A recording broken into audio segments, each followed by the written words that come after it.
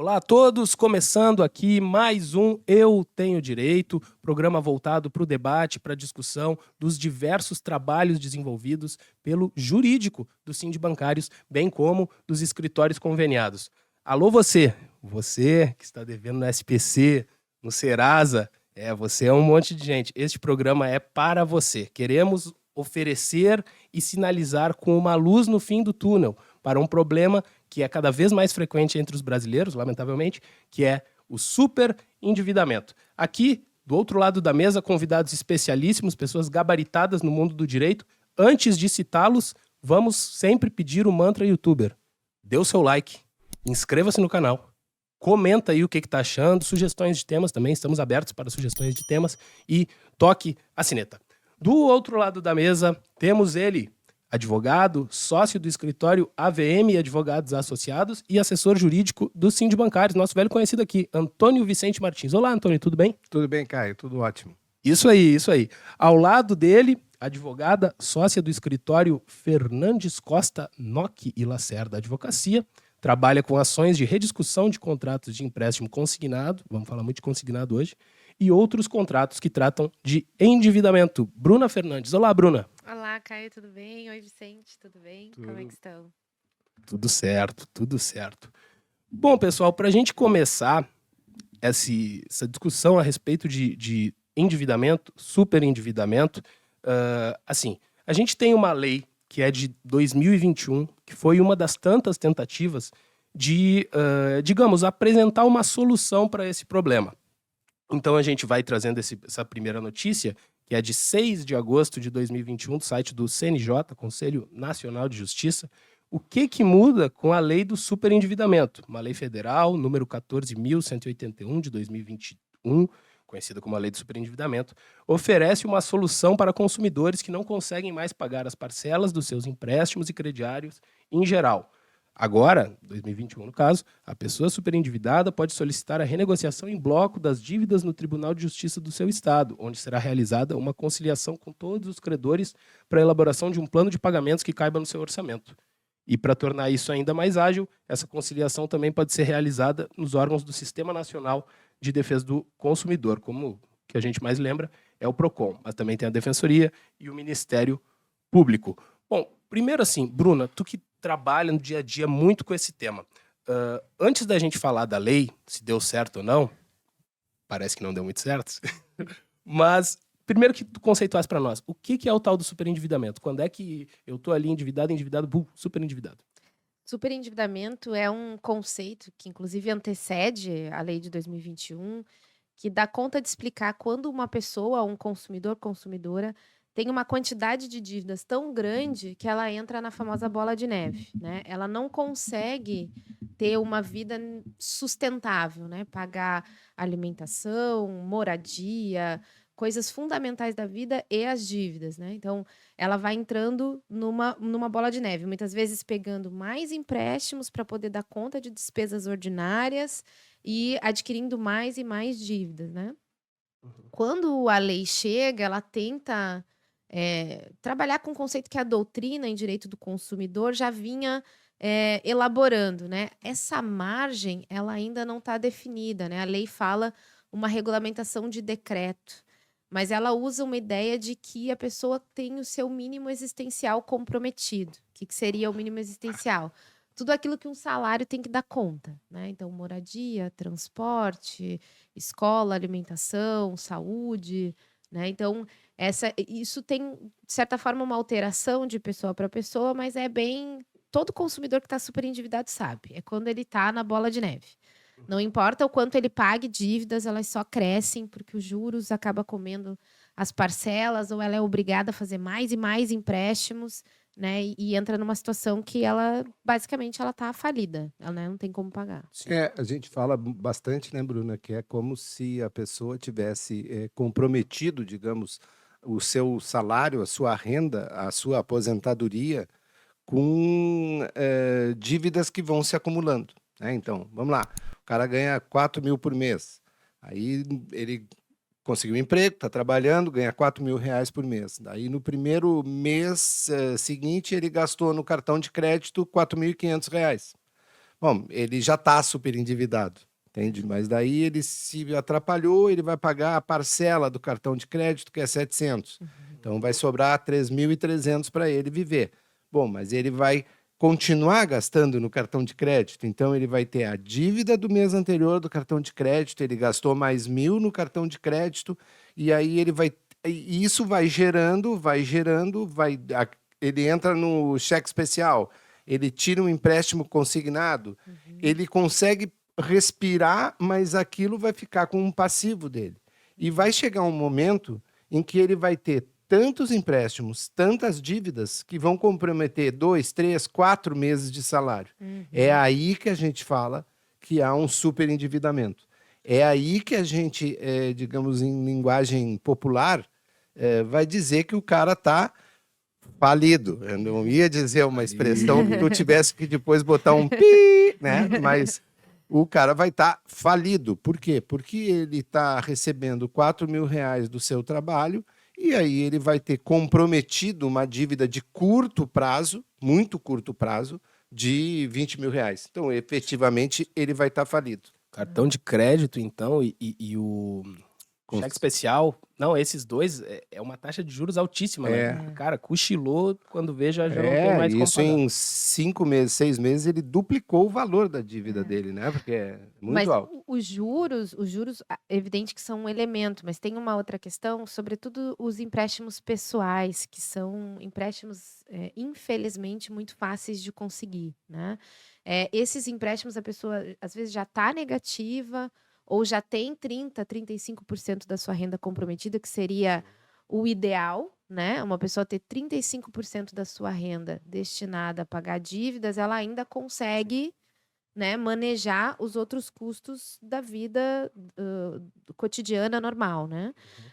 Mas ela vai subindo, né? Vai pondo mais empréstimo em cima de mais empréstimo. Então, você tem situações, tem clientes no escritório que tem 80% da renda comprometida, né? 80%, 90%. Mensalmente. Exatamente. Ou seja, a pessoa não tem nenhuma condição de viver daquela forma. Daí, claro, tu tem cenários em que essas dívidas, elas simplesmente não são pagas, e isso é ruim, mas é não tão ruim quanto quando tem consignados, né, desconto em folha e débito em conta corrente, que daí a pessoa não tem opção, né? O dinheiro nem chega na mão dela. Né? Sim.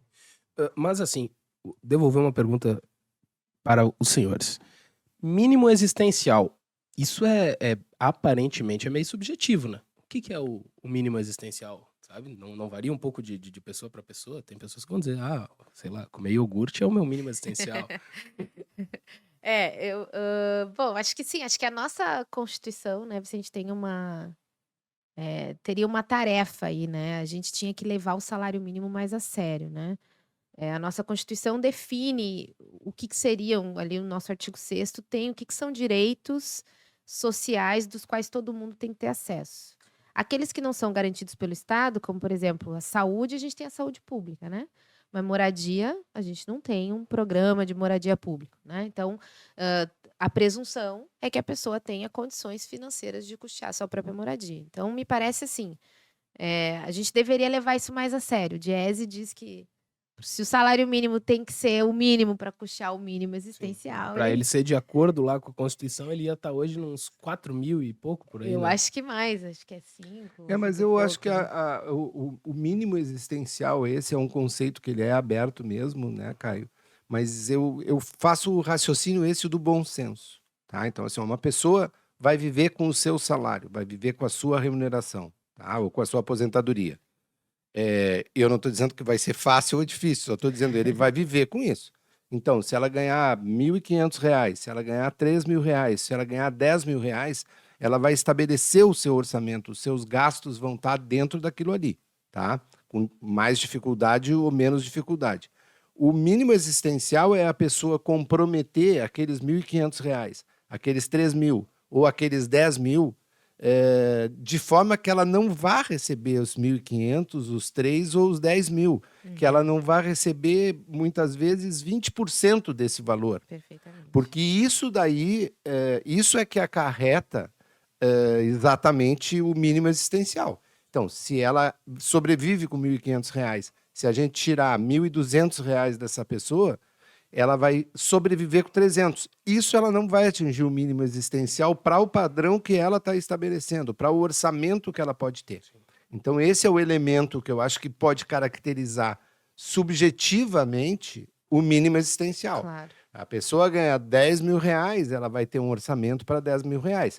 Agora, se ela vai receber no final do mês só R$ 2.000, porque os outros 8 vão ficar comprometidos com o pagamento de dívidas, é evidente que ela não vai pagar, porque ela tem um aluguel de 3.000, ela tem o colégio do filho de 1.000, então ela já, o condomínio custa mais 500, ela já tem comprometido boa parte daquela renda com o seu, com o seu mínimo existencial. Se a gente retira esse valor para dar para o banco ou para dar para uma financeira, é evidente que ela vai ter comprometido. E claro que isso, num período de alguns meses, isso acaba acarretando, inclusive, o adoecimento dessa pessoa. Isso é o grave também que a gente tem. É a velha história, né? Quem tá com dívida não dorme tranquilo. Uhum. O que deveria ser o contrário, né? Quem tem para receber é que tinha que ficar preocupado, né? Mas como o banco não dorme, né? O banco não tem esse problema de insônia, né? Então ele acaba jogando para a gente. E claro que acaba jogando para a gente também pelas restrições que esses atrasos de pagamento acabam acarretando para as pessoas, com a inscrição do nome das pessoas em Serasa, em SPC, o que daí dificulta, às vezes, mínimas movimentações que essas pessoas precisam ter na vida real, né? E eventualmente, dependendo do tamanho da insônia, da ansiedade, né, da profunda tristeza, se a gente está falando aqui da população, maior parte do Brasil que recebe 1.320, né? A gente está falando de fome mesmo, insegurança alimentar, dificuldade de comprar alimento, né? As pessoas passam a viver no cartão de crédito enquanto ele dura. E daí, quando ele não tem mais, vai comprometendo coisas fundamentais da vida, né? Até venda, assim, de coisas que seriam patrimônio da pessoa, né? Que não deveriam ser vendidas, assim, carro, ou eventualmente até casa. Né? Sim, daí vende carro para custear supermercado, sabe? Isso. Contas que não fecham, mas o sujeito tem que comer e, né, no desespero, faz isso. Bom, iniciando um corte aqui, hein? Empréstimo consignado. Vamos falar desse que talvez seja o vilão deste episódio. Uma notícia do G1, 4 de agosto de 2022. Empréstimo consignado.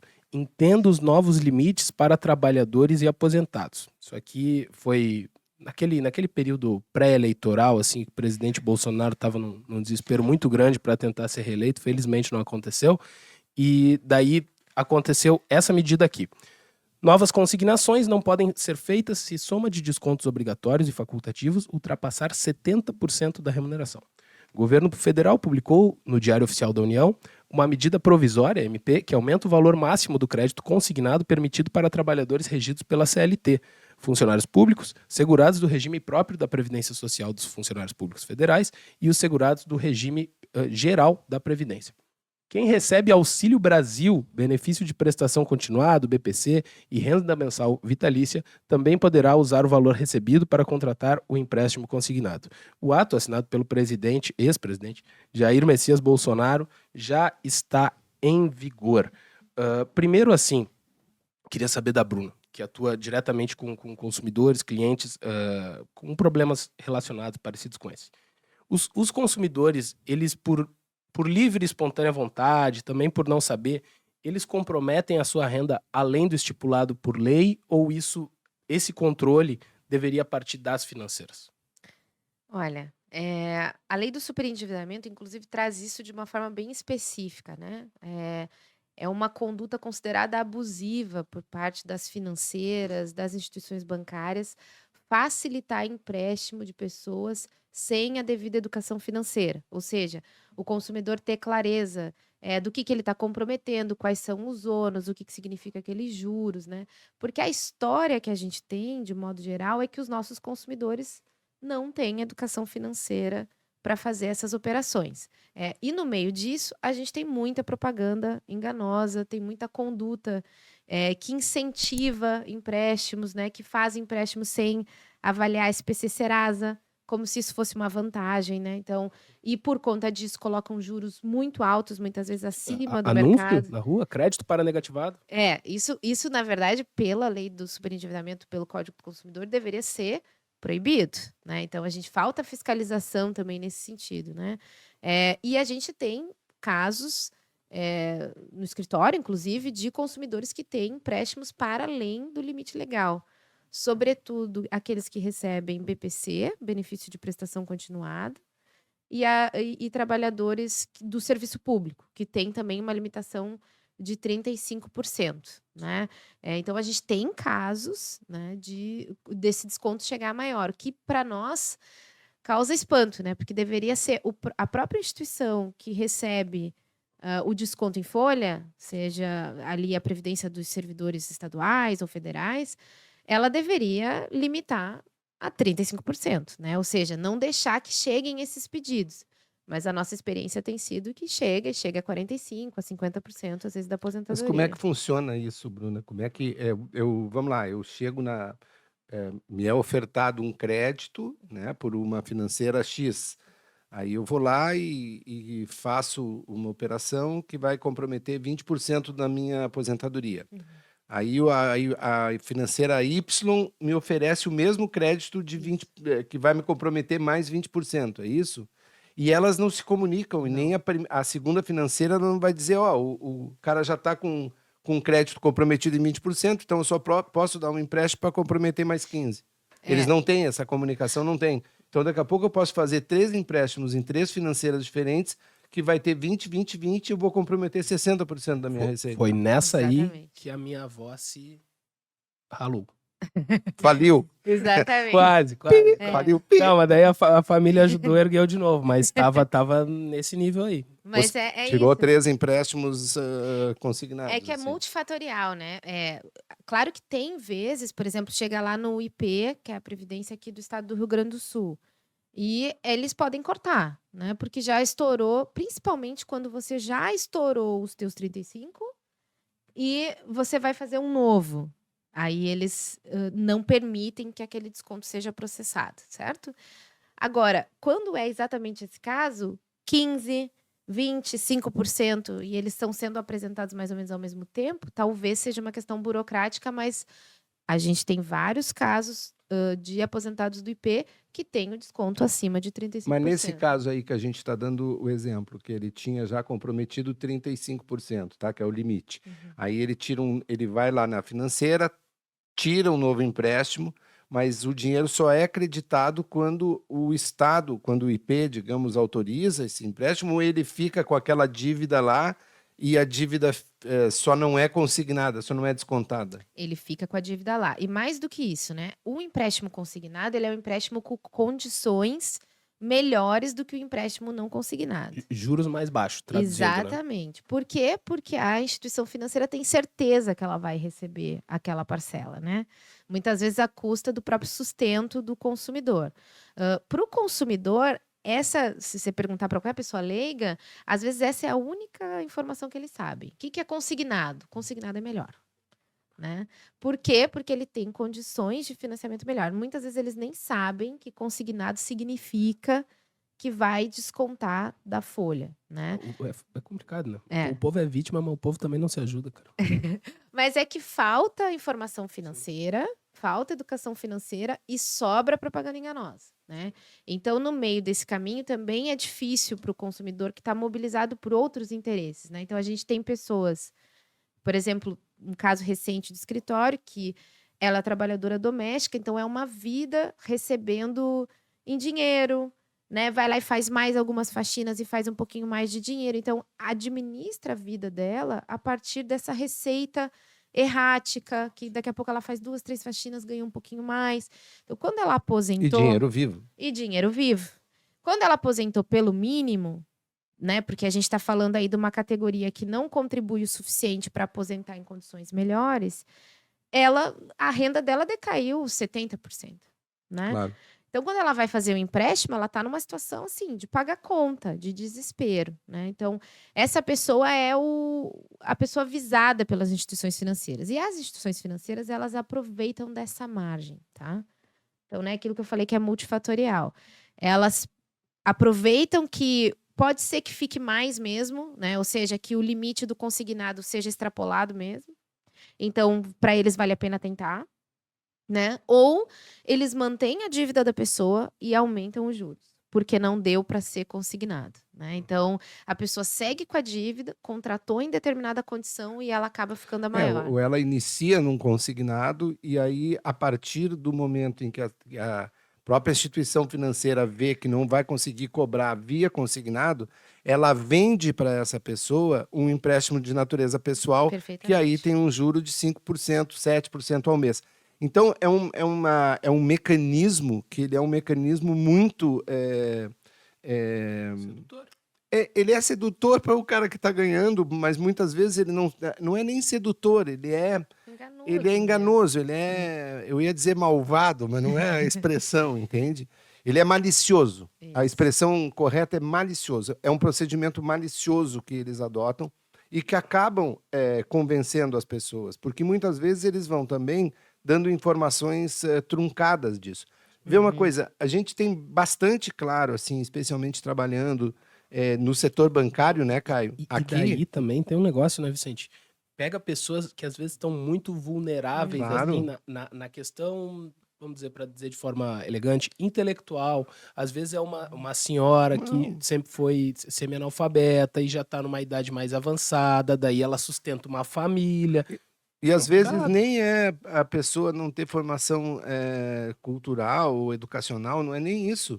Mas é fragilidade mesmo emocional. E é isso, as pessoas, daqui a pouco o cara chega, eles são vendedores profissionais. Então é difícil de tu Exatamente. resistir.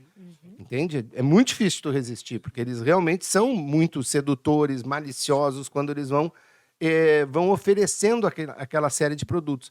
E eu sempre faço uma vinculação, Bruna, que é assim, a gente trabalha dentro dos sindicatos bancários, né? Nossa assessoria é para bancários. E vê bem, no setor bancário, classicamente falando, não há essa facilidade de crédito.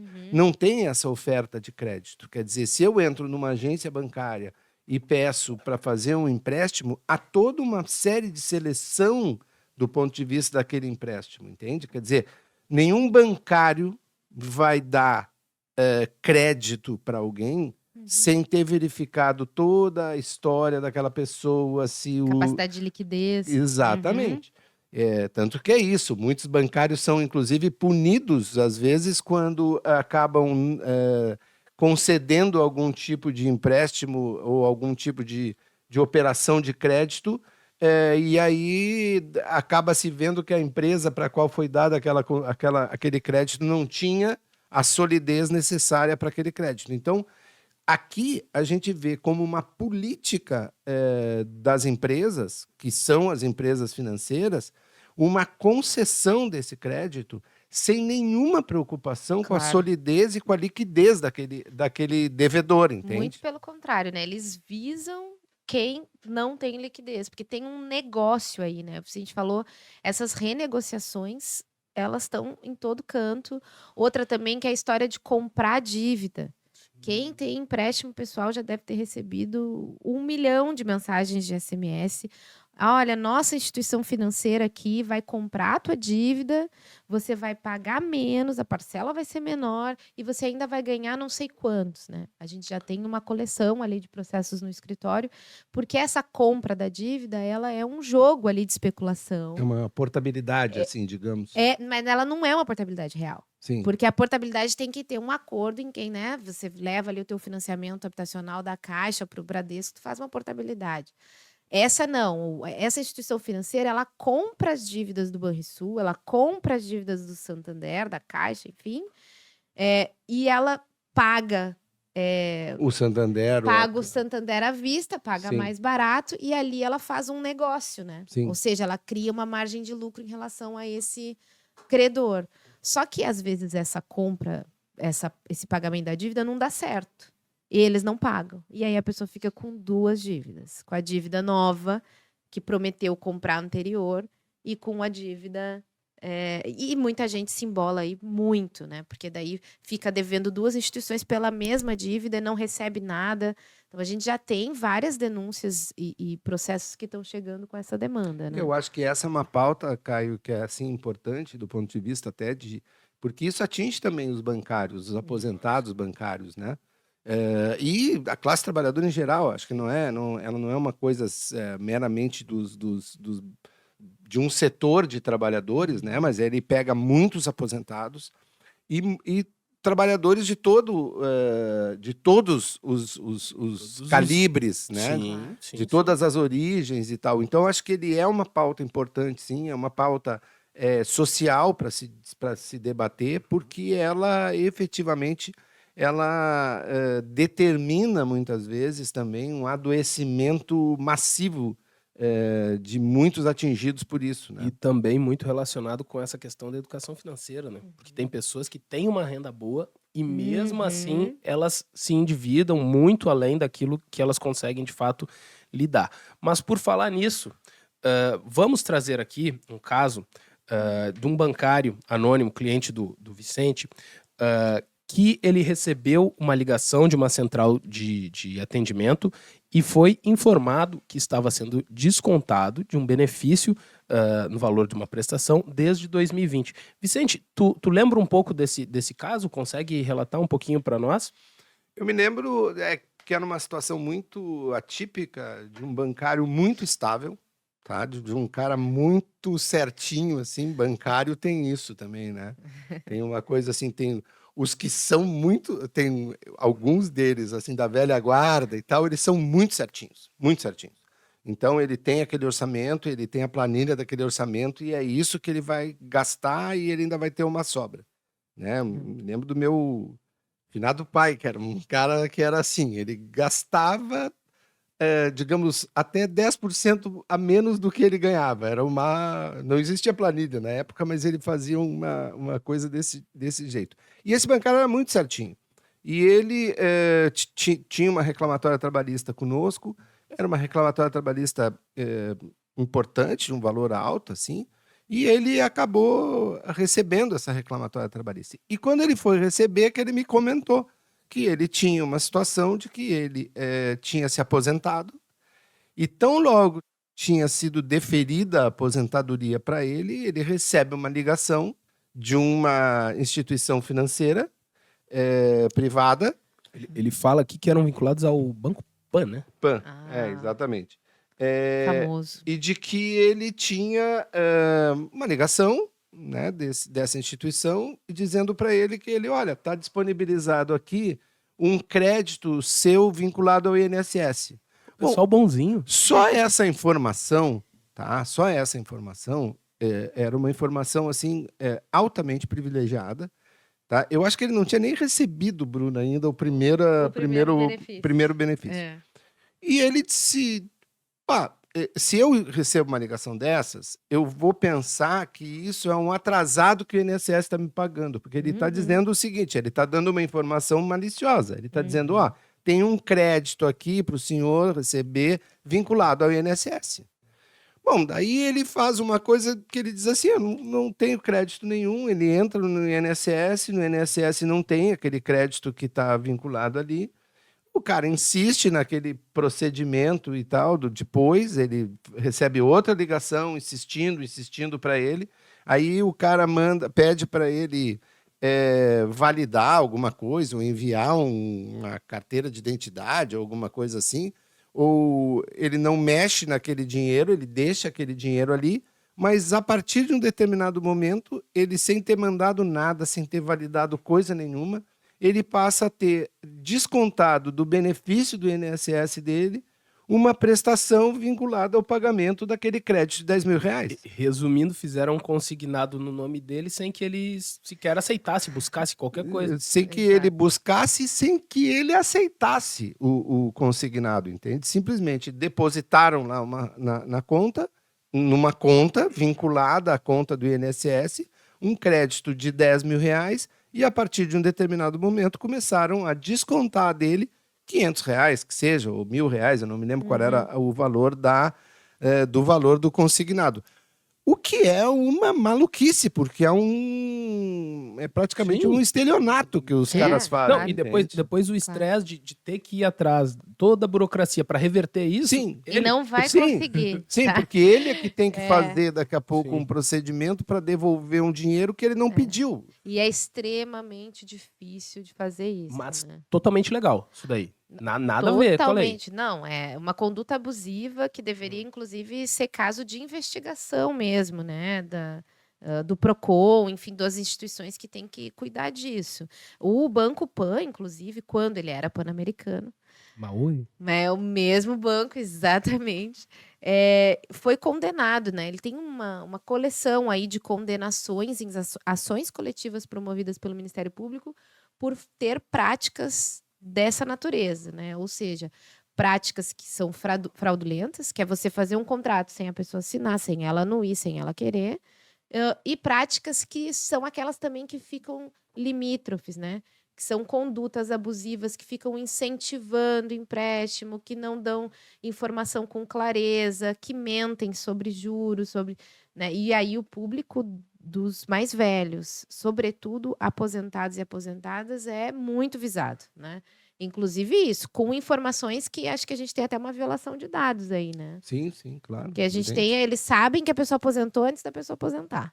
Não chegou o contra-cheque, não chegou o primeiro olerite, eles já têm a informação de que a pessoa aposentou, né? Se você circula aqui no centro de Porto Alegre, tu vai ver que tem financeiras que tem até festinha, né? Que tem uma pessoa na rua que fica ali Sempre uns caras rondando INSS. rondando os idosos, né? Daí vê Uns alguém mais cara com uma cara de malandro, cara. É isso aí. Então, é um banco que já foi condenado diversas vezes, pagou uma nota em ações coletivas, daí tu percebe, assim, que é um modelo de negócio, né? Então, acho que o Estado brasileiro, assim, tinha que ter uma conduta mais séria. E aí, Caio, você disse, né? Tivemos a lei 2021, parece que não resolveu. Acho que a lei traz avanços importantes de fiscalização.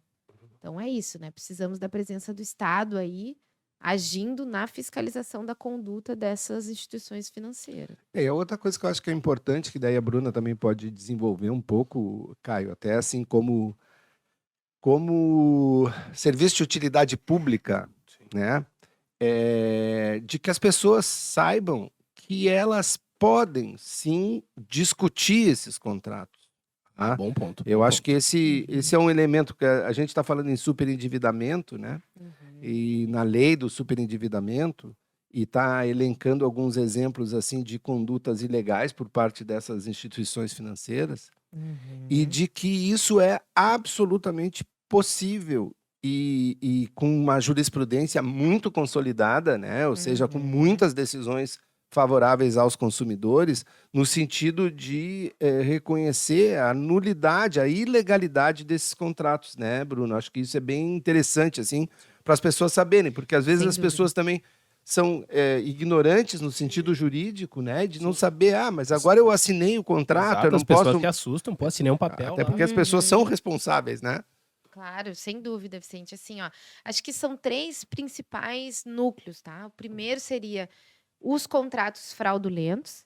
Esse que é o caso que você trouxe, né? Que você ouviu no escritório, que são pessoas que são assediadas ou iludidas e, às vezes, assim, enganadas a assinar contratos que elas não querem, né? Principalmente o público aqui mais velho, aposentados e aposentadas, e aqueles que recebem benefício de prestação continuada. Ou ainda pessoas assim que já têm muito empréstimos e aí começam a surgir outros. A pessoa perde o controle daquela situação.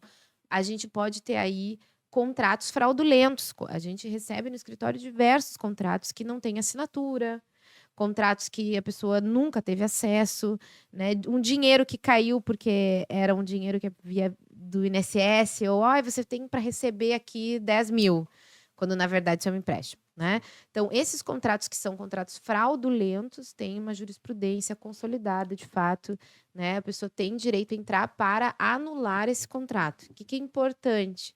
Se eu não contratei, não reconheço aquele valor, não gastar o valor, né? Porque daí esse valor terá que ser devolvido. Quando o consumidor... E é aí que as empresas têm uma vantagem, porque elas contam que a pessoa vai dizer, tá aqui mesmo, eu vou usar. né? Então, do consumidor sempre assim, que ter notícia de um contrato fraudulento, buscar o processo judicial, inclusive ele tem indenização, né? Então, porque é uma conduta abusiva e ilegal por parte das empresas.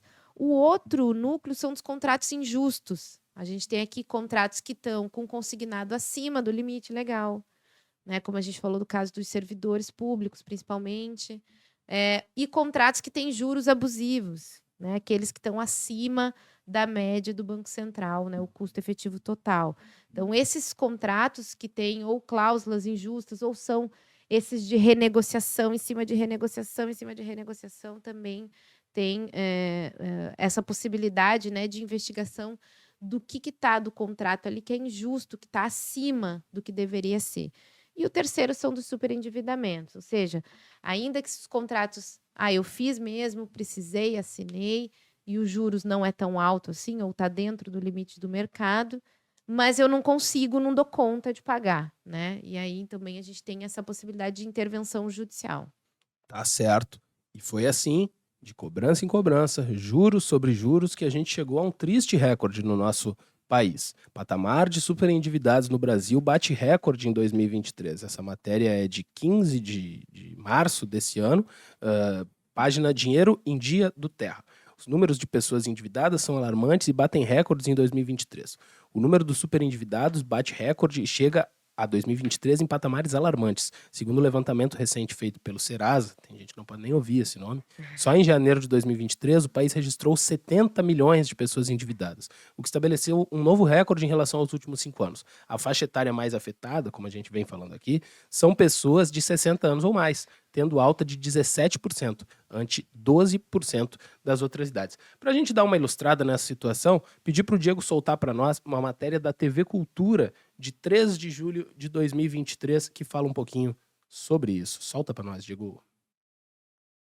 Que protege contra o superendividamento completa 2 anos no momento em que metade da população economicamente ativa no Brasil está inadimplente ou superendividada.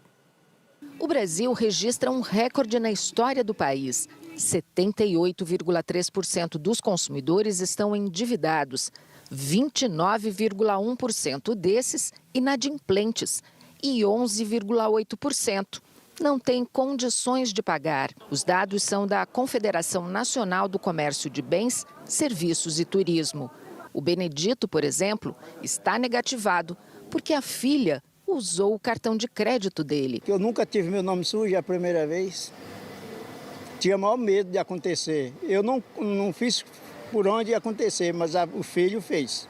O uso do cartão de crédito com juros rotativos de mais de 400% ao ano é um dos grandes problemas dos endividados. Então, com mais arriscado para as instituições financeiras dar esse crédito, mais os juros ficam altos. Então, os juros do cartão é tão alto justamente porque ele é um dos produtos que a gente tem mais inadimplência no país. A situação atual dos brasileiros comprova que não há o que comemorar nos 2 anos da lei do superendividamento.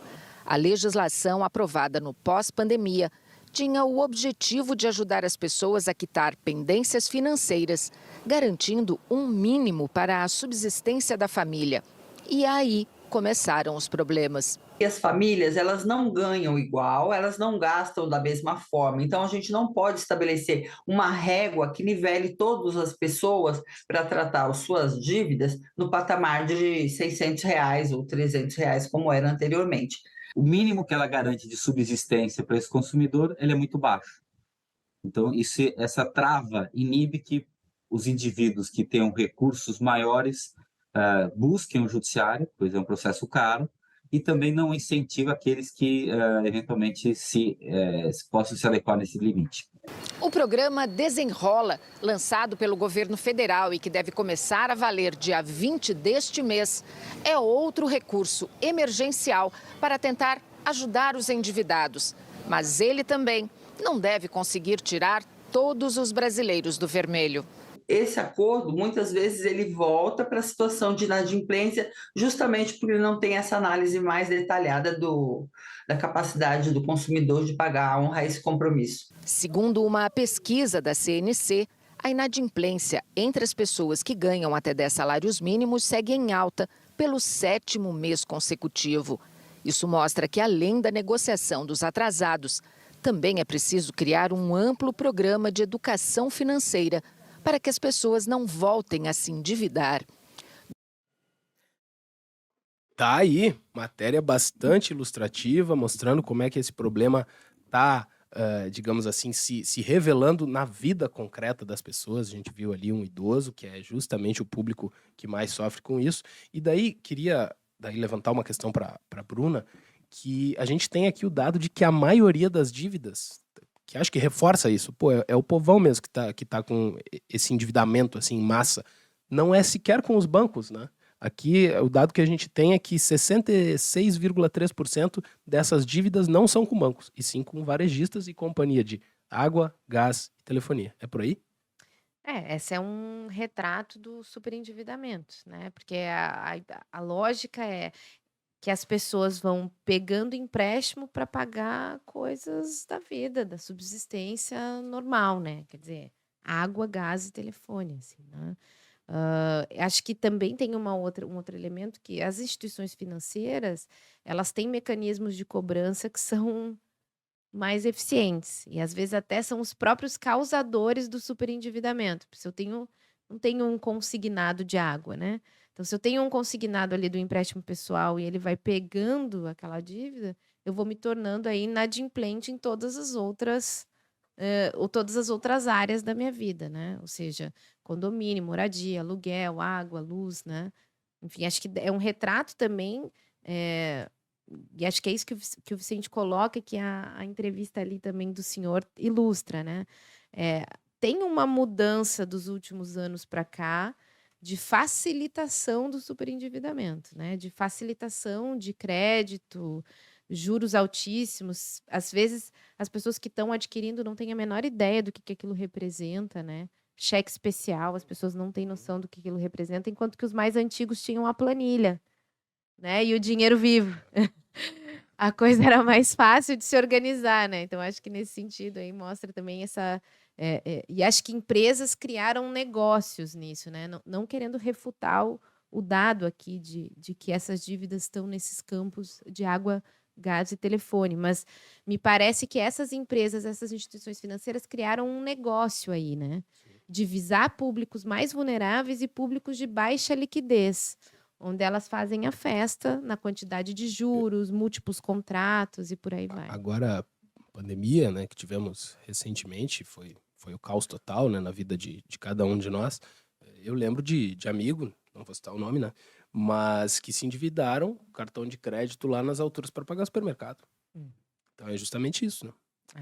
E tem uma coisa que a gente fica sempre ressaltando e pisando em cima de que é possível sim fazer essa discussão, tá? Então, judicialmente é possível sim fazer essa discussão. Muitas vezes as pessoas elas devem procurar ou a Defensoria Pública ou algum escritório de advocacia que ele tenha algum conhecido. Agora, é importante também que seja criteriosa essa discussão, entendeu, Caio? Porque, digamos, qualquer debate jurídico que vai se ter com relação a esses contratos, a esses empréstimos e tal, ele sempre vai ter do outro lado advogados competentes, contratados pelas instituições financeiras exatamente para tentar sustentar o insustentável. Tá? Eu sempre digo que, às vezes, o cara vai tentar sustentar o insustentável, mas ele vai fazer isso com qualidade. Então, é importante também que as pessoas que estão com esse problema, etc., que querem questionar esses contratos e tal, que elas procurem ou a Defensoria Pública ou procurem escritórios de advocacia que tenham algum tipo de experiência nisso para que possa fazer esse debate. É um debate que não é difícil de ser feito, mas ele tem que ser feito de uma forma cuidadosa, né, Bruno? Sem dúvida. Antes da lei, ali até na reportagem apareceu, antes da lei a gente tinha mais margem de debate, porque justamente a gente não tinha uma legislação que trazia um limite, né? E agora a gente está vendo essas coisas criarem um certo precedente, às vezes até no primeiro grau, né? Aqui no nosso Tribunal de Justiça do Rio Grande do Sul, a gente tem o PROGRAM, que é o Programa de Ações em Massa, e que cuida quase que totalmente de demandas contra instituições financeiras, né? Então, tem um combate aí E acho que tu tens razão de uma assessoria que seja cuidadosa, especializada, ou a defensoria, né, que está fazendo esse trabalho também, de rebater esses limites que não facilitam a vida do consumidor, né? Ou seja, que não dão o sentido que a lei gostaria, que é de saúde financeira, de capacidade de pagamento de dívidas, né, de solvência e de uma vida livre, né, dessa pressão e dessa ansiedade das dívidas. E do ponto de vista político, eu acho que as empresas que dão esses empréstimos, que acabam gerando esse superendividamento, sim, elas têm que ser também questionadas e têm que ser responsabilizadas. Isso nós estamos falando do ponto de vista coletivo, entende? Mas, enfim, acho que é da gente pensar, inclusive, Caio, se a gente não pode construir algum tipo de questionamento jurídico coletivo em defesa dos consumidores bancários, por exemplo, tá? Ainda que eu não estou discutindo com a instituição A, B ou C, mas eu estou discutindo com todas elas do ponto de vista do limite do que elas podem fazer, por exemplo, com relação à categoria de bancários e de bancários aposentados. Ah, sem dúvida, isso seria fantástico. Mas vocês não vão falar nadinha do meu programa. Vamos falar, sim. Entenda o Desenrola, programa de renegociação de dívidas do governo Lula III. Será que agora vai? Agora com Lula, será que vai? A gente viu antes que a lei do endividamento, do superendividamento, ela não atendeu plenamente, senão a gente não teria chegado nesse recorde negativo. Quem sabe agora com o Desenrola. Informação de 17 de julho de 2023 do G1. Entenda o Desenrola, programa de renegociação do governo de dívidas do governo Lula III. O governo autorizou que instituições negociem dívidas da faixa 2 para pessoas endividadas com bancos e com renda mensal de até R$20 mil.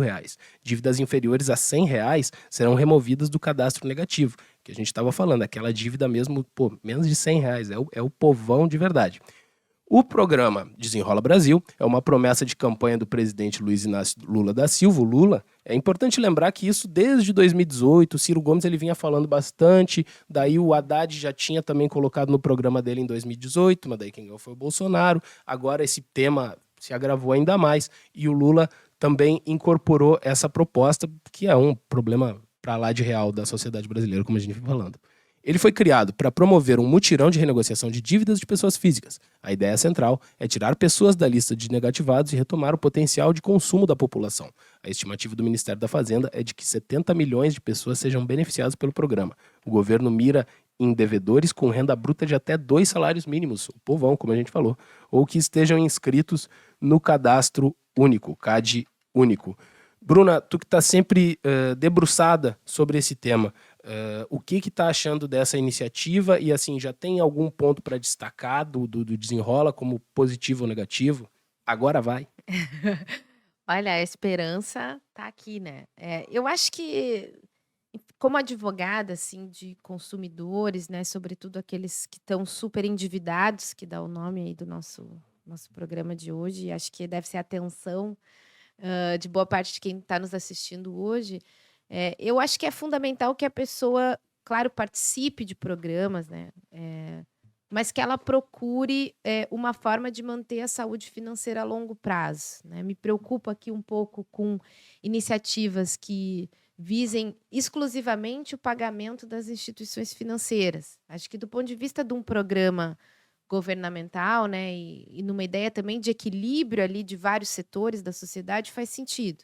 Mas aqui, do ponto de vista exclusivo do consumidor, acho que tem que ter um olhar para a saúde financeira de longo prazo. Eu sempre falo aos clientes. Esse desespero, as pessoas têm vergonha de estar devendo, elas têm vergonha na sua comunidade, na sua família, elas são maltratadas, né? Elas são maltratadas quando vão adquirir um produto. Muitas vezes a dívida caducou, quer dizer, faz mais de 5 anos, e elas continuam sendo tratadas como se fossem maus consumidores, inadimplentes, né? A gente sabe que o crédito e o poder de compra organiza o valor que as pessoas têm na nossa sociedade, né? Então, movidos por esse sentimento, as pessoas se desbaratinam para pagar dívida, né? Para não receber mais as ligações, para não receber mais essa pressão. E aí, às vezes, esse é o movimento de superendividamento. Porque você constitui um novo empréstimo, você Vou pegar um maior para Vou pagar pegar um tudo. maior para pagar essa para não...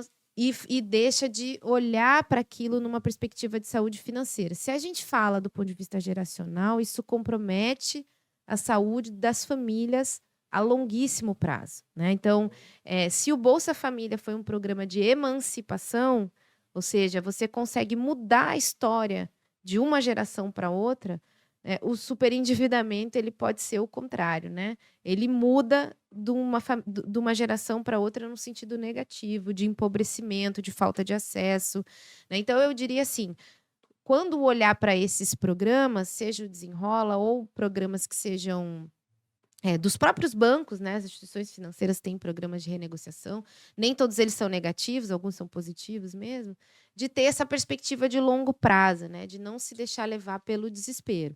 Agora, me agrada, já de cara, assim, eu ainda não tive nenhuma experiência de um cliente que está acessando o programa, mas me agrada de cara esse perfil, né, do governo Lula de focar na população de baixa renda. Acho que isso sempre tende a produzir resultados importantes na nossa economia, né? Porque mexe na maior parte da população E brasileira. daí também, para passar a bola para o Vicente, tem um movimento do governo federal que, claro, é o desejo de ver as pessoas com essas dívidas saudadas, as pessoas dormindo tranquilas, mas também é de que as pessoas elas tenham dinheiro para voltar a consumir. Porque o sujeito que está até aqui de dívida, ele não vai comprar uma geladeira, não vai comprar um fogão. Eu acho que é uma lógica que o próprio governo também sempre apostou na própria relação que ele tem com os empresários, né?